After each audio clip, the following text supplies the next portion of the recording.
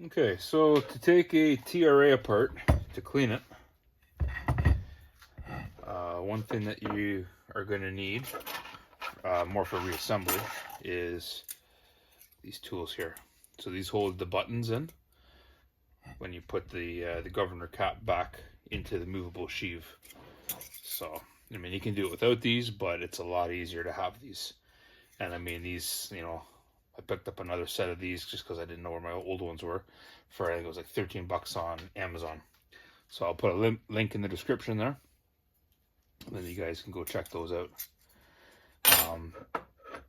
Obviously, we needed a clutch puller to get this off.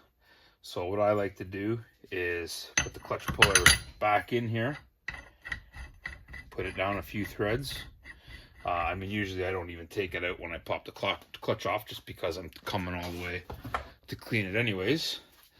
But I'll pick it up here and I'll just give it a whack, just to separate the stationary sheave and the movable sheave.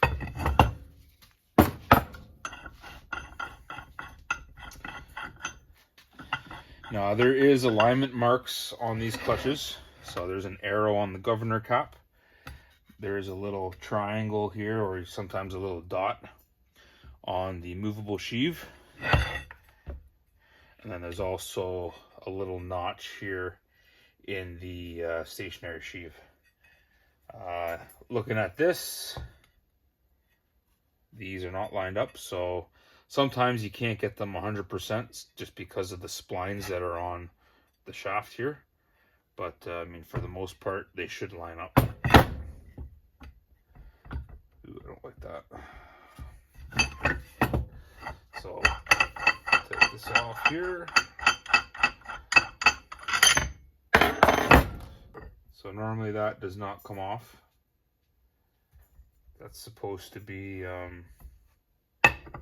part of that. So anyways, we'll continue on here.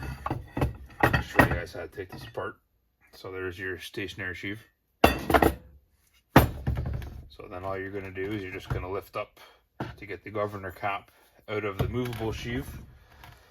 Sometimes it's kind of hard to get out, which this is. I'm assuming this has not been out in many years, if maybe even ever, based on the low amount of miles that are on this sled. So I just kind of, work it back and forth, one side at a time. Actually gonna get a pry bar here.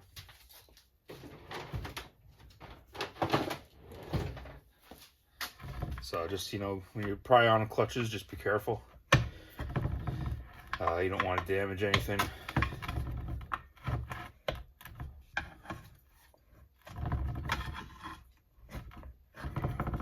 Just kind of work your way around. Now, when you get near the top and the buttons are exposed, once you pull this a little bit further, these buttons are going to fall out. There's a spring in behind the one side. Just that way it keeps pressure on them. So, as you can see there, this one's coming out. So I just go slowly on here. Doesn't really matter if they fall inside, you're going to be taking everything apart anyways to clean it all. Biggest thing is just keep track of everything so you know where all your parts are. So take the springs out, keep them all accounted for. Anytime there's an O-ring stuck in here, just kind of get that out with your fingernail. I don't like to use picks just because they can damage it. You can usually just get it out with your fingernail. So, I mean, I'd say this clutch has not been apart in many years, if ever, like I said, but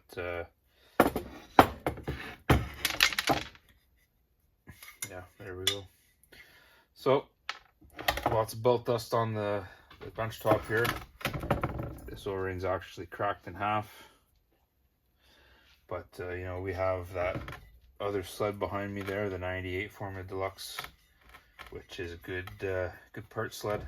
It's nice to have part sleds so you don't have to buy stuff, and you can usually, salvage stuff off of an old sled to get the other one going.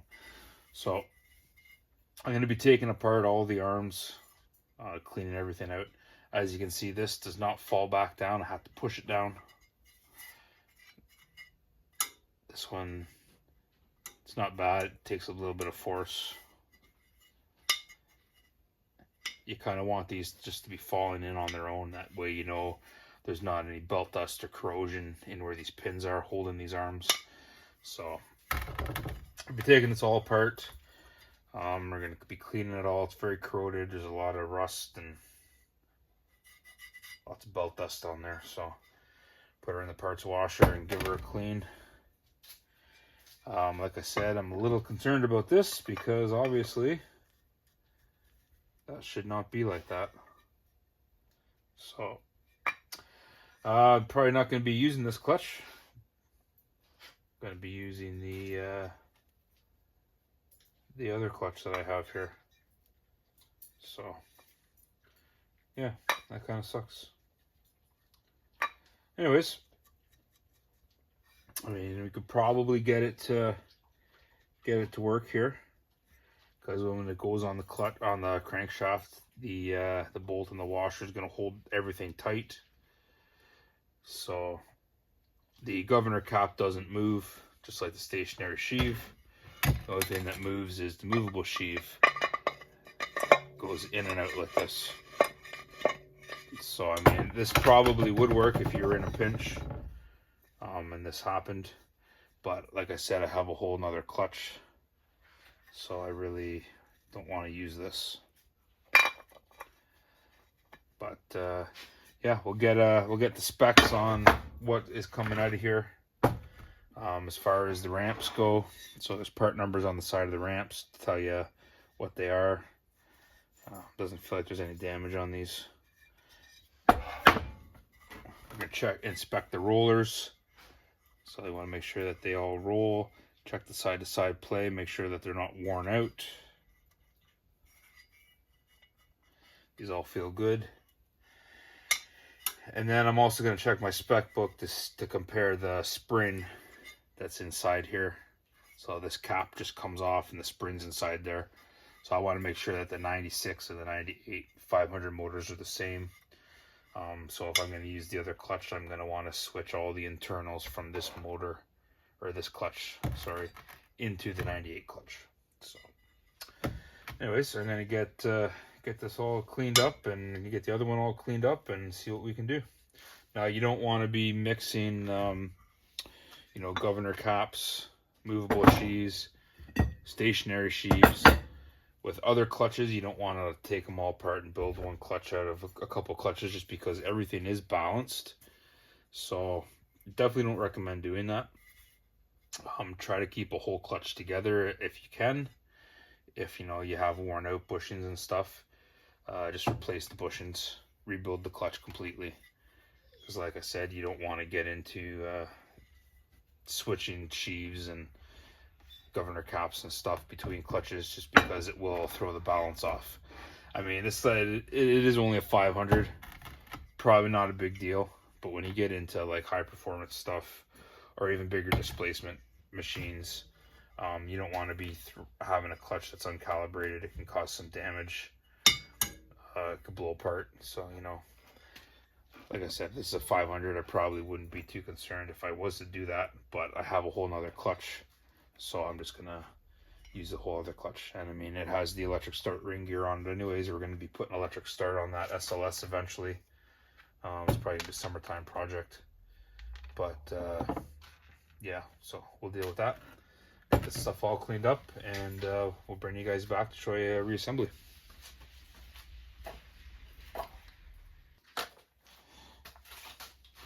Okay, so we got the 500, the 98 500 clutch here. Now, as you can see, it has quite a bit of salt corrosion on it, so we're going to have to get that all cleaned up. But the ring gear is flopping around quite a bit. So I got a couple bolts here where the heads are snapped right off. This one's half busted off. So I guess we're going to work on getting this ring gear off, because obviously you can't drive it like this. It's going to end up just blowing apart eventually, probably taking chunks out of the sheave. I've had that happen before on old Safari that I had back when I was a kid. The ring gear got like this, and the whole sheave just snapped and blew apart, and ring gear in like 5 pieces, and destroyed the hood. So I'm going to take this off. Like I said, we're not going to do an electric start conversion till the spring anyways, or the summer. It'd be a good project for then. I mean, these 500s, they're not hard to get started, especially with a primer. I pretty much start at first pull every time. So I'm going to try to get these off. Hoping these two are still intact, so they'll actually come out. I might have to grind the other half of this head off, and then these ones are already busted off, so after that the ring gear should come off. But yeah, so it's quite a wad of belt wedged in there. So we're gonna go through this, get this all cleaned up. So we've got quite a bit of work ahead of us, but you know, it's an old sled, so both of them are, and that kind of goes with the territory. So get those cleaned up and bring you guys back. All right, so I was able to get one bolt out, and that one blew apart on me. There's half of that one left. So what we're going to do, I'm going to get a drill bit. I'm going to get a center punch first. We're going to punch a hole in the center, both of these.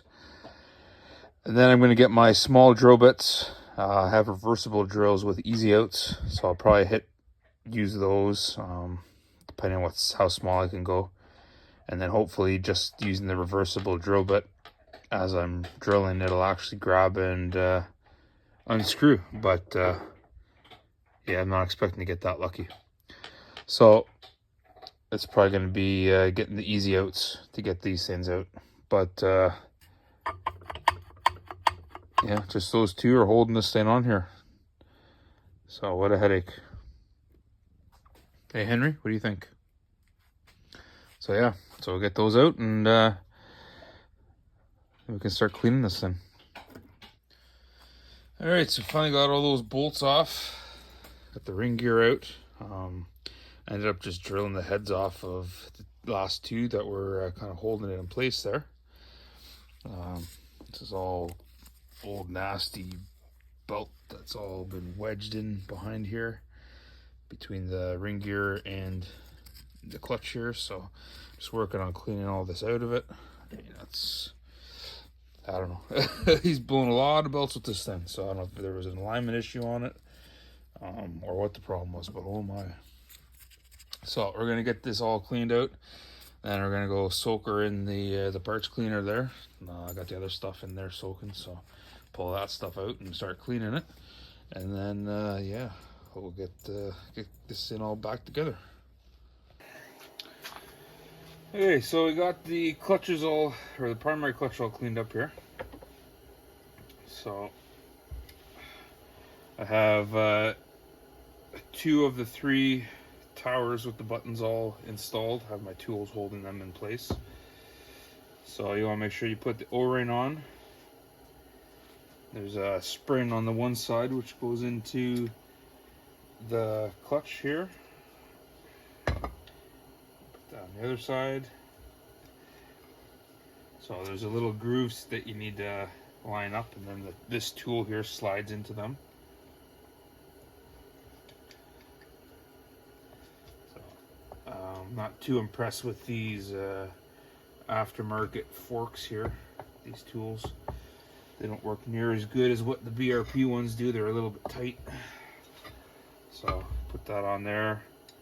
Just slowly spin it around so you don't rip the O-rings. And then once these are all into place, it's holding all your buttons in place. So if you look on the clutch, there's an arrow on the one side. There's also an arrow right here and a little dot. So if you ever take this off to change your spring out, make sure that arrow and the little dot here line up. And then what we're going to do is we're going to line up this arrow right here with this arrow. So it's going to go onto here.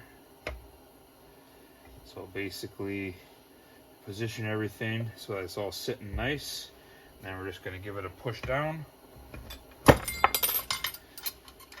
And And then as you can see, these tools just kind of fall off. Keeps the buttons in so that way it's all put in there.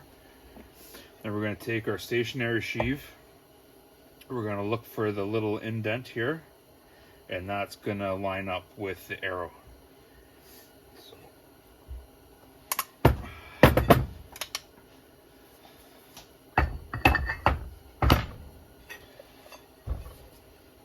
So there and there. So we got them lined up here.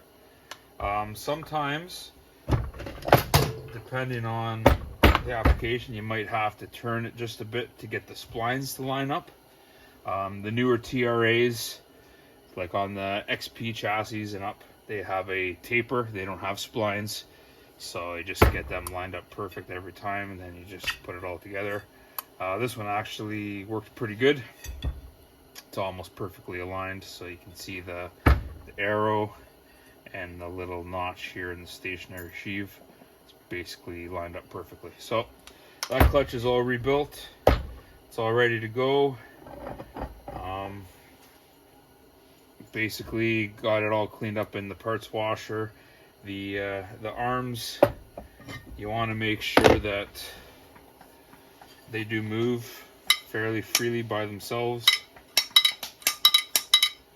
So if they're jamming at all and they take any bit of force, you're going to want to take everything apart, clean it all up, reassemble it so that way everything's good. What I ended up actually doing with this, this is the governor cap off of the 96, and then this is the stationary sheave and the movable sheave off of the 96 with the 98 governor cap on it. So I don't like doing that, but like I said, this is only a little 500. My son's going to be driving it, so he's not going to be going crazy driving it. It's only 12, but I didn't like how this broke off, and I didn't want to trust it because it is going to have a bit of slop in it. It might be fine, but I'm going to see if I can figure out a way to adhere this again. The problem is I don't know exactly where this was clocked for balance. But anyways, and the reason why I didn't use the whole 98 clutch is because this bearing is very worn. Half of it's missing completely. So I'm assuming it's been jamming on the previous owner because there is marks all over the sheave here where it looks like somebody has taken a hammer and they've whacked it to get it to pop back open up. It's probably stayed engaged. And the stationary sheave also has some hammer marks on it. So I didn't want to use this because I figured it would probably bind up and jam up. I mean, I can rebuild it all, put new bushings in it, but I don't like all these marks that the thing's it's been mashed with a hammer. So I mean, it's gonna cause issues. So I'll probably just keep this as just a parts clutch for, you know, the future. If we ever have something else that has a worse clutch than that, maybe like sheaves are cracked or broken completely, and then like I said, this I don't know if I'm going to try to figure out a way to epoxy it, or however I'm assuming it's vulcanized onto here and then they put these screws in here.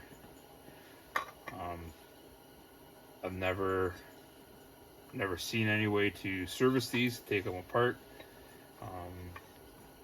But yeah, so for now, this is how we're going to run it with the 96 sheaves and the 98 governor cap. Ramps are the same for both. I mean, they're both 500s. So yeah, it should be good. But everything's all cleaned up and that's all ready to go. So basically just have to get the motor all rebuilt and installed and slap this on.